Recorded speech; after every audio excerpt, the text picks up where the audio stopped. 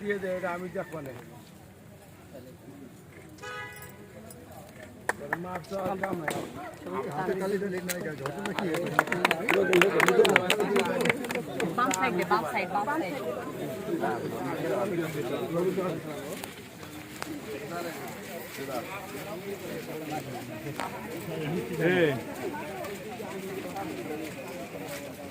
গরু কেনাটা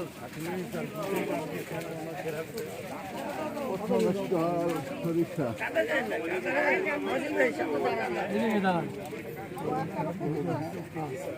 আমরা চাচ্ছি স্যার বর্তমান আছে মানে শর্ট ডিউরেশনের যদি আমরা ফসল করি দেখা যাচ্ছে যে আপনার 27 যদি স্যার আমরা করি সেক্ষেত্রে আমরা অতি সহজেই স্যার 3টা ফসল এখানে আমরা নিতে পারি। এই রোপা এমন বড় আর সরিষা তিনটা কি একসাথে একই সময় চাষ করা যায়? না না স্যার খরিফ 1 খরিফ 2 তিন মৌসুমে তিন মৌসুমে আমরা যদি 27 স্যার করি তাহলে সেক্ষেত্রে আমরা 27টা আগে তুলে তখন আমরা রোপা গরুতে আমরা চলে যেতে পারি শর্ট ডিউরেশনে তারপরে ওইটা কেটে আবার আমরা রোপা আমন করতে পারবো। এই হলো স্যার আমাদের এখানে ওইটা ওই দূরে থেকে দেখেন কিছু করার নাই।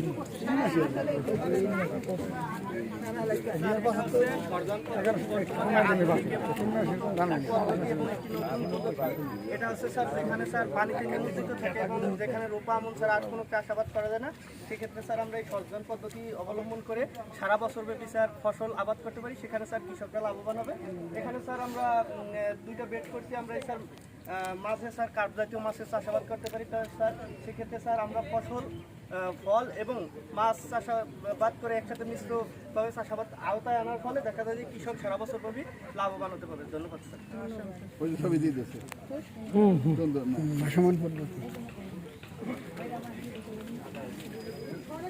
ডোবা জমি যেখানে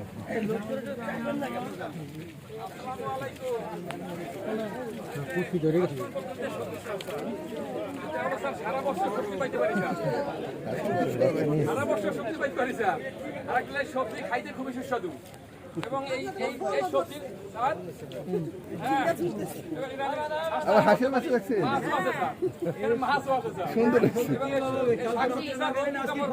আবার এই যে জাতীয় ফুল শাপলাও আছে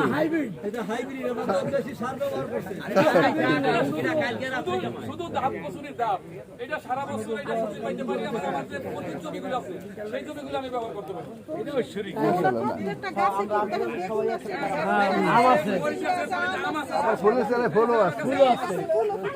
সব জানান তো থ্যাংক ইউ আপনাদেরকে ধন্যবাদ অনেক সুন্দর হয়েছে আপনাদের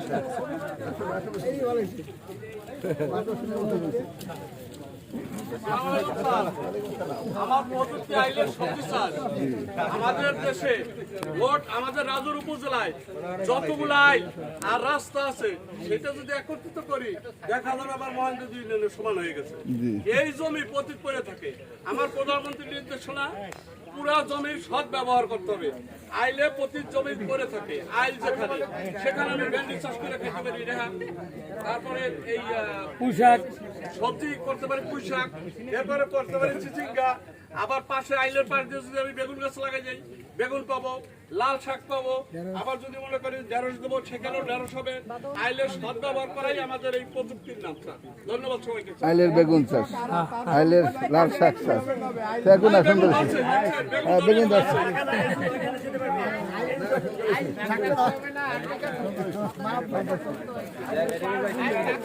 যাবে হাঁটবে কোন জায়গা দিয়ে আইলের উপরে যদি বেগুন হয় তাহলে হাঁটবে কিভাবে?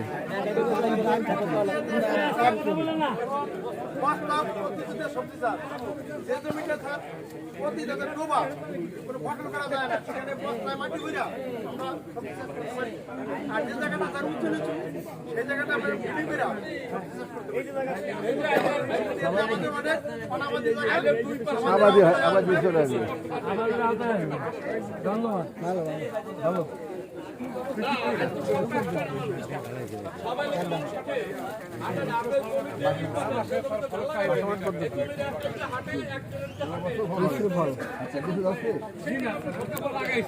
ফল না হইলে কেন হবে ফল লাগাইছেন দিচ্ছু সবেদা হ্যাঁ এই যে 12 মাসি কাঁঠাল স্যার, 12 মাসি কাঁঠাল স্যার, এই যে কেবল চারা পাওয়ার জন্য স্যার। ঠিক আছে, থাকো না।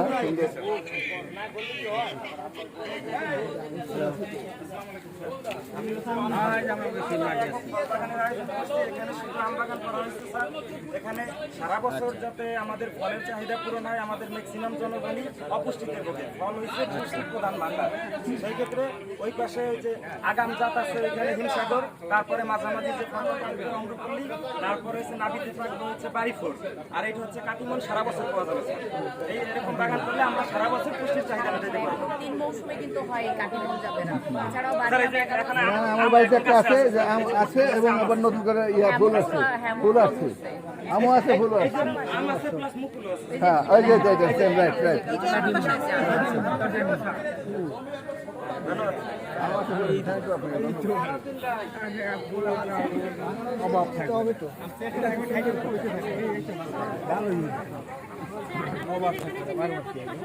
আমরা কিভাবে কীটনাশক মুক্ত ফসল উৎপাদন করতে পারি সেটাই বলছি। এটা হচ্ছে ধান চাষ করা, মাঝে পাচিং দেওয়া, যাতে করে আমাদের কীটনাশক কম দেওয়া লাগে। আমরা কম প্রয়োজনই নেই কীটনাশকের।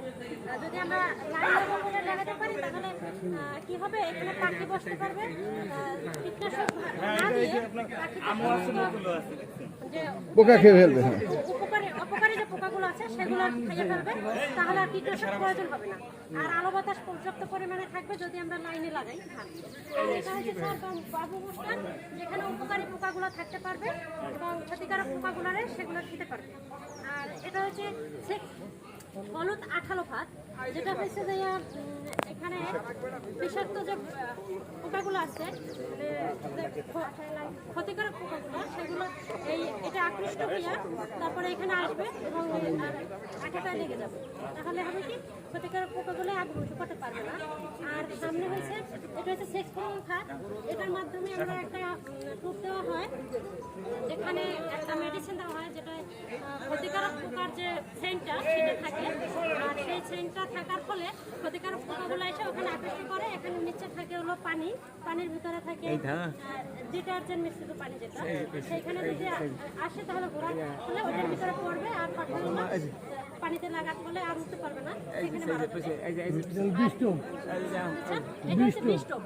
এখানে কিছু সবজির মদের সাথে আমরা কিছু বিষ মিশিয়ে দেওয়া হয়, যেগুলো পোকামাকড়গুলো আকৃষ্ট করে, ক্ষতিকারক পোকা।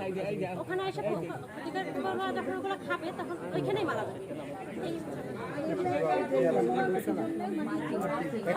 ওখানে হচ্ছে যে মাটিটারে আর্দ্রতা ধরে রাখবে এবং ওই যে আগাছা হবে না এবং ফসলে এখানে স্যার পার্সিং আছে, এখানে হচ্ছে এই পার্সিং আপনার হচ্ছে পাখি এসে বসতে পারে এবং ক্ষতিকারক যে পোকামাকড় এগুলো খেতে পারে, খেয়ে ফেলবে। এটার জন্য এই পদ্ধতিটাকে বলা হয় পার্সিং। একটা মাজরা পোকার থলিতে, ডিমের থলিতে প্রায় 300-র মতো হচ্ছে আপনার বাচ্চা তৈরি হয়। তো এখন একবারে যদি একটা থলি খেয়ে ফেলে তাহলে কিন্তু আমার 300টা বাচ্চা আর হচ্ছে না। এইভাবে হচ্ছে পার্সিংটা আমাদের জন্য কাজে দেয়। না আসলে মানে ফসল ফলানোর সাথে সাথে বৈজ্ঞানিক পদ্ধতি। গরুর যে গোবরটা আমরা পাই ওইটাকে এক মাস ওই কেঁচোর মাধ্যমে পচায়, কেঁচো যে ওই পায়খানাগুলো করে ছোট ছোট বড়ি কোয়ালিটির, ওই সারটাই আমরা 1 থেকে 1.5 মাস পরে পেয়ে থাকি এবং হচ্ছে মূল জমিতে যখন প্রয়োগ করি তখন মাটির যে ভৌত গুণাবলীগুলো আছে ওগুলো বৃদ্ধি পায়। যেমন মাটির অণুজীব সংখ্যা বৃদ্ধি পায়, বায়ু চলাচল বৃদ্ধি পায় এবং সহজে ওই মাটি কর্ষণ করা যায়, অর্থাৎ চাষ করা যায়, যার ফলে গাছের শিকড় দ্রুত এক স্থান থেকে অন্য স্থানে ত্বরান্বিত হতে পারে। এরপরে সহজেই মাটি নরম থাকে বলে খাদ্য উপাদান সহজে গ্রহণ করতে পারে। এরপর হচ্ছে স্যার ওই খামারজাত সার। খামারজাত হচ্ছে যেমন ওই যে গরুর যে আমরা খাবারগুলো দিই, উচ্ছিষ্টাংশ থাকে, গরু খায় না, ওইগুলো আমরা এক জায়গায় ফেলাই। এরপরে হচ্ছে বাড়িতে যত প্রকারের সবজির উচ্ছিষ্টাংশ, এরপরে খাবারের উচ্ছিষ্টাংশ, ওইগুলো ওই গর্তের মধ্যে ফেলাইয়া এরপরে হচ্ছে দেখা যাচ্ছে যখন গর্ত ভরে যায় মাটি চাপা দিয়ে মোটামুটি 15-20 দিন রাখার পরে ওইটাকে আবার এই পাশে যে একটা গর্ত আছে ওইখানে ওই নিচেরগুলো উপরে এবং উপরেরগুলো নিচে দিয়ে আবার দেখা যাচ্ছে 15 থেকে 1 মাসের মতো পচাই। যখন ভিতরেরটা ওই কাঠির মাধ্যমে বা লাঠির মাধ্যমে ভিতরের যে অবস্থাটা আমরা বুঝতে পারি যে এখন মোটামুটি সারের উপযোগী হয়েছে, অর্থাৎ বেশি ভেজা নাই এবং অতিরিক্ত শুকাও নাই, মাটিতে ব্যবহারের উপযোগী। ঠিক তখনই আমরা মাটিতে মিশ্রণ করে ফসল আবাদের আওতায় আনি। ঠিক এই যে ভার্মি কম্পোস্ট কাজ করে, সেম কাজ করে আমাদের ওই সারটাও। এরপর হচ্ছে স্যার গাদা কম্পোস্ট। এটা হচ্ছে আমরা যে ওই বিলাঞ্চলে যে কচুরি পানা পাই, এই কচুরি পানাটাকে তাজা এবং টাটকা অবস্থায় ব্যবহার না করে মাটির উপরে উঠায়া বা উঁচু স্থানে উঠায়া 4-5 দিন শুকায়া একটু লালচে করে তারপরে হচ্ছে আমরা এক জায়গায় গাদা করে 15 থেকে 20 সেন্টিমিটার উঁচু করে এইভাবে ডিপ পদ্ধতিতে রাখি। এরপর উপর দিয়ে আমরা কাদা এবং মাটি দিয়ে মোটামুটি খুব সুন্দর করে ঢেকে দিই। ঢেকে দেওয়ার পরে দেখা যাচ্ছে যে ভিতরে আমরা পচানোর জন্য আবার যখন ঢেকে দেবো তার আগে কিছু ইউরিয়া সার দিয়ে দিই যাতে দ্রুত পচে যায়। এরপর হচ্ছে আমরা কাঠির মাধ্যমে দেখব ভিতরে যে আসলে পানির অবস্থা কেমন কি আছে। যদি পানি বেশি থাকে তাহলে কয়েকটা ছিদ্র করে পানি বের করে দিতে সহজ করব। এরপরে যদি পানি শুকায়ে যায় যদি বুঝি ভিতরে, তাহলে হালকা পানি দিয়ে আবার ওইটাকে ঢেকে রাখবো। এভাবে 2 থেকে 3 মাসের মতো রাখলে ভিতরে পচা একেবারে মোটামুটি ব্যবহারের উপযোগী সার তৈরি হবে। জি স্যার, হ্যাঁ, যে কোনো ধরনের গাছে আমরা এই জৈব সার ব্যবহার করতে পারবো। ঠিক এইভাবেই আমরা এই সারগুলো ব্যবহার করে থাকি। ধন্যবাদ স্যার।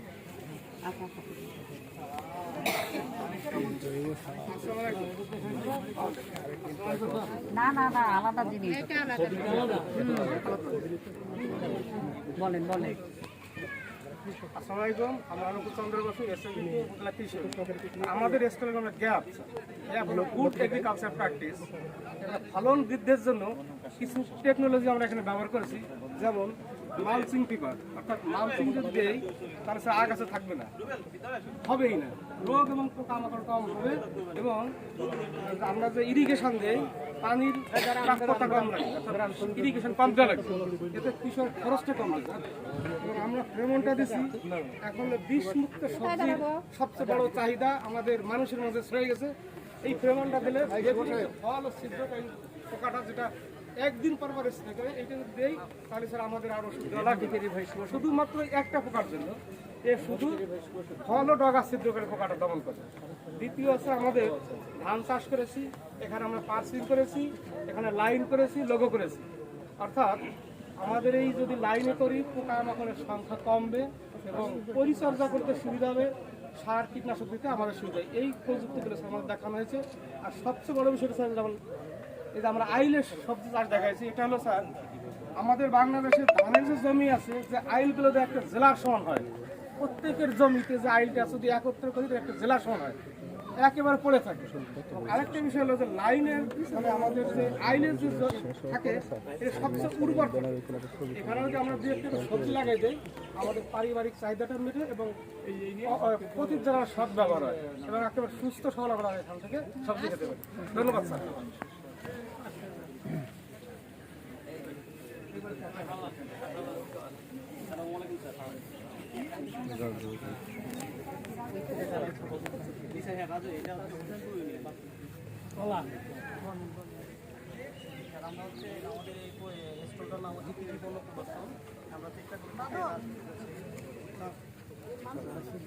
আমরা চেষ্টা করছি রাজৌর উপজেলায় যে ফসলগুলো সেই ফসলগুলোকে রাজৌর উপজেলায় একটা মানচিত্র অঙ্কন করে সেটার ভিতরে রাজৌর 11টা ইউনিয়ন প্লাস একটা পৌরসভা, এটাকে যে ইউনিয়নে যে ফসলটা ভালো হয় সেই ইউনিয়নকে সেই ফসলটা দিয়ে আমরা নির্মিত করার চেষ্টা করেছি।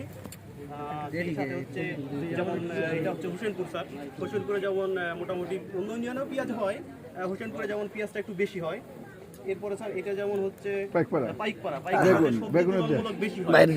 সবজি তুলনামূলক বেশি হয় না, এই জন্য স্যার জায়গা তো অল্প স্যার, এই জন্য আমরা শুধু বেগুন দিয়ে এটাকে ইন্ডিকেট করছি। এরপরে এটা হচ্ছে স্যার কবিরাজপুর ওইদিকে হচ্ছে গমটা বেশি হয় স্যার, এই জন্য ওখানে আমরা গম দেওয়ার চেষ্টা করছি। এভাবে পর্যায়ক্রমে স্যার যে ইউনিয়নগুলো আছে যে ইউনিয়ন এটা যেমন কদমবাড়িতে তুলনামূলক অন্য ইউনিয়নের তুলনায় ধানটা বেশি হয়, এই জন্য এখানে আমরা ধান দেওয়ার চেষ্টা করছি। ওইটা কন্যাটা হচ্ছে রসুন, যেটা ওটা হচ্ছে স্যার হচ্ছে বাজিতপুর, ওটা হচ্ছে বাজিতপুরে ওইদিকে রসুন মোটামুটি একটু বেশি, জন্য রসুন দেওয়ার চেষ্টা করছি। এইটা হচ্ছে আমগ্রাম ইউনিয়নটা একটু বড় তুলনায়, এই জন্য আমগ্রাম হচ্ছে আমরা যে ওইদিকে সূর্যমুখী মোটামুটি হয়, সূর্যমুখী দেওয়ার চেষ্টা করছি। আর স্যার এইদিকে যে ফসলগুলো, এইদিকে যেমন আমরা বাংলাদেশের অবস্থান কত, কোন ফসলে বা ফলে সেটাকে আমরা ইন্ডিকেট করে এটা দেওয়ার চেষ্টা করছি। যেমন আম উৎপাদনে বাংলাদেশ যেমন এই মুহূর্তে 7ম স্থানে আছে বিশ্বের ভিতর। হ্যাঁ, এরপর যেমন সবজি উৎপাদনে বাংলাদেশের ভিতরে সবজি উৎপাদনে বাংলাদেশ 3য়তম, এটাকে আমরা দেখানোর চেষ্টা করছি। ধান উৎপাদনে বাংলাদেশ 3য়তম, এরপরে পাট উৎপাদনে 2য়তম, এরপর আমাদের স্পেশালি একজন কৃষক প্রথম কোন দেশ? ভারত প্রথম, বাংলাদেশ হচ্ছে দ্বিতীয়। বাংলাদেশ রপ্তানিতে প্রথম। এরপর হচ্ছে স্যার যে কুমড়াটা কোথায় হয়েছে? মিষ্টি কুমড়া হচ্ছে আমগ্রামের এক কৃষক স্যার, এই যে কৃষক মিষ্টি কুমড়াটা। এরপর হচ্ছে স্যার আমরা হচ্ছে স্যার এই যে আমাদের কিছু প্রোডাক্ট এখানে আনছি স্যার, যেমন এই যে কালো জিরার মধু স্যার, এটা হচ্ছে যেমন ওইদিকে আমাদের যে ইউনিয়নে সরিষা বেশি হয়, সরিষা ধনিয়া, ওইদিকে হচ্ছে কালো জিরা, সেই দিকে ওইখানে হচ্ছে খামারিরা আসে স্যার। ওই খামারিরা হচ্ছে ওই একদম প্রাকৃতিকভাবেই এই মৌমাছি পালন করে এই মধু চাষ করে, সেইখান থেকেই তাদের কাছ থেকে হচ্ছে মধুটা কালেক্ট করা। এরপর যেমন বাংলাদেশে ব্যাপকভাবে একটা সরিষা যে বাড়ি সরিষা 14 ব্যাপক একটা প্রসার লাভ করছে। এরপর সূর্যমুখী স্যার, সূর্যমুখীর তেল তো আমরা সবাই জানি যে আমাদের ইয়ার জন্য, স্বাস্থ্যের জন্য খুবই উপকারী।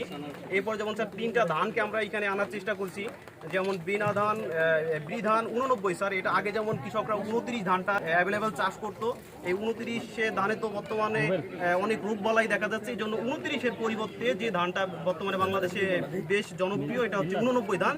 এজন্য আমরা 89 ধানটা কৃষকদেরকে স্যাম্পল দেখানোর জন্য চেষ্টা করছি। এরপর স্যার আরেকটা যে ধান, কৃষকরা হচ্ছে সরু চালের ভাতটা খেতে অভ্যস্ত, এই জন্য হচ্ছে বাংলাদেশে বিনা ধান 25 যে ধানটা, এটা খুব জনপ্রিয় স্যার। এই যে এই ধানটা, এটা চিকন এবং লম্বা, হ্যাঁ চিকন এবং লম্বা, হ্যাঁ বাসমতি টাইপের স্যার, বাসমতি থেকেও মোটামুটি একটু লম্বা টাইপের স্যার, এবং বেশ সরু। এটা আমাদের এবার হচ্ছে 2টা ইউনিয়নে এই ধান চাষ হয়েছে, একটা হচ্ছে হোসেনপুর আর একটা হচ্ছে ইসুফপুর স্যার। এই 2টা ইউনিয়নে আমরা হচ্ছে আমাদের কৃষক যে চাষ করছে তার কাছ থেকে স্যাম্পল আনার চেষ্টা করছি। এইভাবে আমরা চেষ্টা করছি আমাদের এই রাজুর উপজেলায় যে ফসলগুলো মোটামুটি বেশ ভালো হয় সেগুলোকে আপনাদের সামনে উপস্থাপন করার জন্য। কাটা লাগবে না, বেশ বড় অনেক।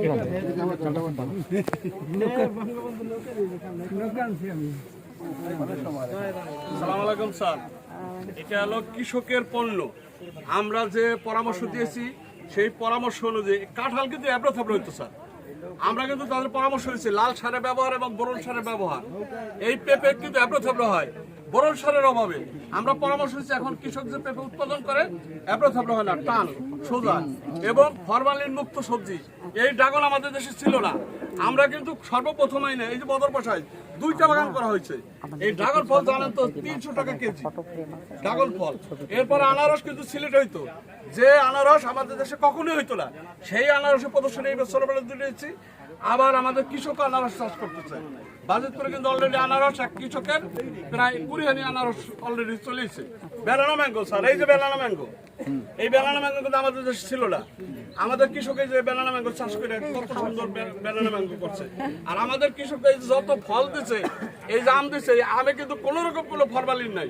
ঠিক নির্দিষ্ট সময় কিন্তু ম্যাচিউর হচ্ছে তখন তারা ছিটছে। আমরা বলছি এই ম্যাঙ্গো যখন আমের সাইজ হয়, ডিমের সাইজ হয়, তখন থেকে কীটনাশক দেওয়া বন্ধ করে। যার কারণে এই আমাদের দেশে যে আমটা হয়, এই আম কিন্তু একদম সুস্বাদু এবং কোনো রকম কোনো ফরমালিন নাই। সব রাজুরের কৃষকের পণ্য, সব কৃষকের পণ্য, কিন্তু কৃষকরা দিয়ে গেছে।